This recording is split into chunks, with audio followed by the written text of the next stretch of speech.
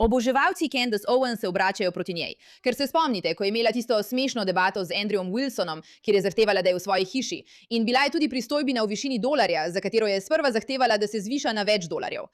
Za boljše razumevanje, Andrew Wilson je v oddaji Joea Rogana v bistvu ponudil Candace to vsoto denarja, da bi debatiral z njo. In Candace je rekla, ne, imam vse te pogoje. Moralo bi biti 500 000. Na koncu je pristala na 300 000. Opravili so to debato, bila je smešna, bilo je oglasov, bilo je milijone ogledov in tako naprej in tako naprej in tako naprej.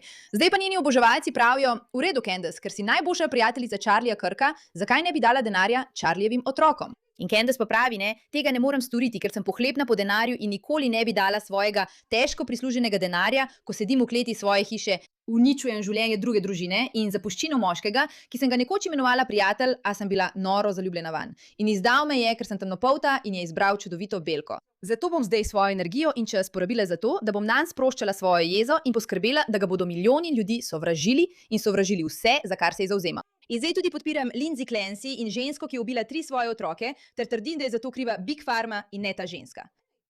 Kakorkoli, Candace, kot že vemo, je narcisoidna, po moči in denarju lačna, nora ženska.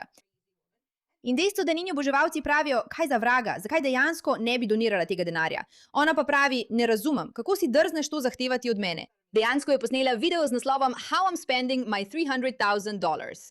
In ja, fantje, grozno je. Vnaprej se opravičujem, morali boste gledati še več Switcha. Pojdimo naprej. Naključno, takoj ko sem rekla, da bom vzela. Torej najprej, ona je prestrašena, ona je prestrašena, ona je prestrašena. Na mizi je denar. In to je tisto, kar delam narobe. Bojim se in ne vzamem denarja. Potem pa vzamem denar. Točno to, kar ponujaš, je 300 000. In jaz sem slaba oseba, ker kako bi lahko vzela denar? Ti ljudje so nori, preprosto so nori. Ni načina, da bi jih osrečil. Ne morejo te pustiti pri miru in ti dovoliti, da samo raziskuješ primer. Povedala ti bom, kako jih lahko osrečiš. Nehaj se truditi uničiti zapuščino Charlieja Kirka. Samo utihni, zapri svoj podcast in se pretvarjaj, da si dobra mama svojim otrokom, ki jih boš nekako uničila zaradi svojih očitno narcističnih sposobnosti. Ena najslabših stvari za otroka je imeti narcistično mamo. In ja, umakni se iz javnosti. Nihče od nas noče več slišati o tebi. Tako bomo vsi srečni. Ja, oprosti, da ti to povem, Candice. Prav imaš. Denar je na mizi. In potem te grajajo, ker si vzela denar. In vsi so takoj rekli, da mora Candice ustanoviti skrbniški sklad za Eriko Kirk. Ljudje, razen Michaela Knowlesa, ljudje, ki jih resnično preziram, vsi v en glas govorijo, da moram donirati ta denar in ustanoviti skrbniški sklad za Charliejeve otroke. In potem mi ljudje kar tako govorijo, kaj naj naredim z denarjem? Naprimer, ta oseba, večmilijonarka Candace Owens, bi morala svoj denar od zmage donirati za obrambo Tylerja Robinsona, če res misli, da je nedolžen. Andrew Wilson je podprl svoje besede z denarjem. Zakaj tega ne stori tudi Candice? Mislim, kot da nima pojma, kdo je Lucas Gage. Ona točno ve, kdo je Lucas Gage. Za vse, ki ga ne poznate, bil je besen, nor, zagrizen antisemit, nekaj v stilu neonacista, ki je pred kratkim spregledal. In se je odpovedal svojim prejšnjim prepričanjem. Zdaj govori o tem, kako je bil nekoč izjemno radikaliziran in podobno. Zdaj je zelo razumen glas, ki opozarja na ljudi, kot je Candice. Skoraj 1000% sem prepričana, da Candice točno ve, kdo je Lucas. Kdo je ta oseba, ta človek. To je točno tisto, kar ona počne. In mimogrede, ja, ni noro, da ljudje pogledajo Candice in rečejo, hej, trdiš, da si edina, ki je morala braniti Charlieja. Zakaj potem ne narediš ničesar, da bi zaščitila Charliejeve otroke? Jaz sem zato, da ljudje služijo denar. Če služijo z nečim, imajo pravico do tega. Niti treba donirati vsega denarja, ki ga zaslužiš. Seveda ne. Ampak Candice se pretvarja, kot da je ta moralna dilema problem drugih, ker jo oni obsojajo, in da to ni nekaj, s čimer bi se morala ukvarjati ona. Odvratno. Kat. Jaz nisem javno ponudila Tylerju Robinsonu, da bom šla čez stvari in rekla bom ljudem dokazala, da mislim, da je nedolžen. Dala jim bom 300. Tega nikoli nisem naredila. Jaz tega ne počnem, takih stvari ne delam. To ni tisto, kar počnem. Nisem bahava in nobena oseba, ki ve vsaj malo o financah, ne bi bila tako neumna, da bi zapravljala denar za pogovor z nekom, ki vedno debatira zastonj. Vsako leto debatiram s Piersom Morganom. To je zastonj. Debatirala sem po vseh univerzitetnih kampusih. To sem počela zastonj. Imela sem debate z rabinom Šmulejem, ki jih ne morem. Koliko si pripravljen stav, da to ni bilo zastonj? Da je bila na neki točki na nek način plačana za to? Preko gledanosti, preko publicitete in tako dalje zastonj.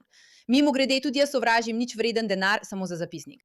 In pri Piersu Morganu zastonj.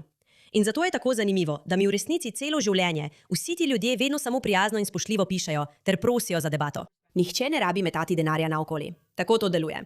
Gostila sem debate, ni bilo vpletenega nobenega denarja. To je edinstveno, ker me Turning Point USA tako zelo sovraži. Si opazila, koliko ljudi je prosilo za debato s Candice? Na desetine pomembnih političnih komentatorjev je reklo: Candice, pogovoriva se o tem. In vsem jim je rekla ne. Zdi se, kot da želi prikazati, da je vedno pripravljena debatirati s komarkoli. Ne, skoraj vsaki debati reče ne, razen če ji popolnoma ustreza in ima za tem svoj načrt. In v tem primeru je bila pripravljena to narediti, ker je mislila, da lahko Andrewa Wilsona prikaže v slabi luči, poleg tega pa je bil denar zelo mamljiv. Zato je vzela denar. To je tako klasično, Candace manipulira s tem, da vedno debatira zastonj. On je problem. Če želi samo vreči svoj denar stran, zakaj bi se jaz temu odpovedala? Ne, prasica. Vidimo te. Ker je bila debata zastonj in Andrew Colvett ga je retvital, medtem ko je šel name in ponujal vedno več denarja. In zdaj mislijo, da je rešitev za to, da ustanovim skrbniški sklad. Mimogrede, glede ponujanja več denarja, sem skoraj prepričana, da je ona zahtevala, da se znesek dvigne na 500.000, potem pa je to opustila in je šlo dol na 300.000. Nisem 1000% prepričana, ampak sem skoraj prepričana. Tako da seveda jim ponujajo vedno več in več denarja, velik del tega so bile njene zahteve. Neverjetno, kako ona manipulira z informacijami. Za Charlieve otroke, kar se mi na nek način vem, da ni, ampak zdi se kot pranje denarja. Organizacija, ki me lovi, želi, da potem dam denar osebi, ki bi imela nadzor nad tem, kar bi bila sprva seveda Erika. Mislim, všeč mi je, kako je to spremenila v pranje denarja, ne? Ja, seveda. Torej, donirajo otrokom svoje najboljše prijateljice, domnevno, ki je umrla ali bila natančneje ubita. To bi bilo pranje denarja, ker Turning Point USA očitno samo želijo početi nezakonite stvari. Vidiš to? Vidiš, kako je subtilno, a hkrati tako očitno. Skoraj bi rekla, da je le malo stvari, ki jih bolj preziram kot lažni altruizem. Ljudje, ki se ukvarjajo z dobrodelnostjo kot del PR programa in ne zato, ker je to potrebno ali nujno. In otroci Charlieja Kirka so bili več milijonarji, dokler je bil še živ. In to se je še povečalo po njegovi smrti. Veliko ljudi je odprlo sklade, zbiralo denar. Zadnja stvar, ki jo otroci Charlieja Kirka potrebujejo, je še več denarja. Kar potrebujejo, je stabilen starš. In žal jim tega ne morem dati, kaj ne?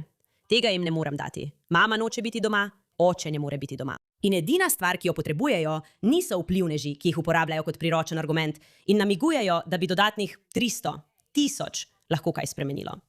In kot sem rekla, nekaj pri tem se mi zdi preprosto ogabno. Kot da prav tisti, ki so poslali nekoga, da te lovi, zdaj ustvarjajo pritisk vrstnikov, da bi denar vrnila. Preprosto tega ne bom dovolila. Zato bi namesto tega rada povedala, kaj bom naredila s svojim denarjem, za kar sem se do zdaj odločila. Poleg tega, da sem ta vikend šla v Waffle House, je to, da bom poskrbela za ljudi, ki so poskrbeli zame. Kot se je ta organizacija osredotočila, so poslani vplivneži sestavni del teh skupinskih klepetov, ki se združujejo. Protect Erika Kirk. Ljudi, ki so skušali narediti, da bi se naši otroci počutili ogrožene, za katerimi so stali, jih retvitali, podpirali. Poskrbela bom za te ljudi. Ljudje, kot je moja sestra. Če želite organizacijo, ki bo dobila denar od mene, bo to katoliška cerkev. Duhovniki, ki so zame čustveno skrbeli, ko sem razpadala ob spoznanju, da je Charlie in vse, za kar je delal, bil izdan. Ja, Charlie je bil izdan. Vsi to lahko vidijo.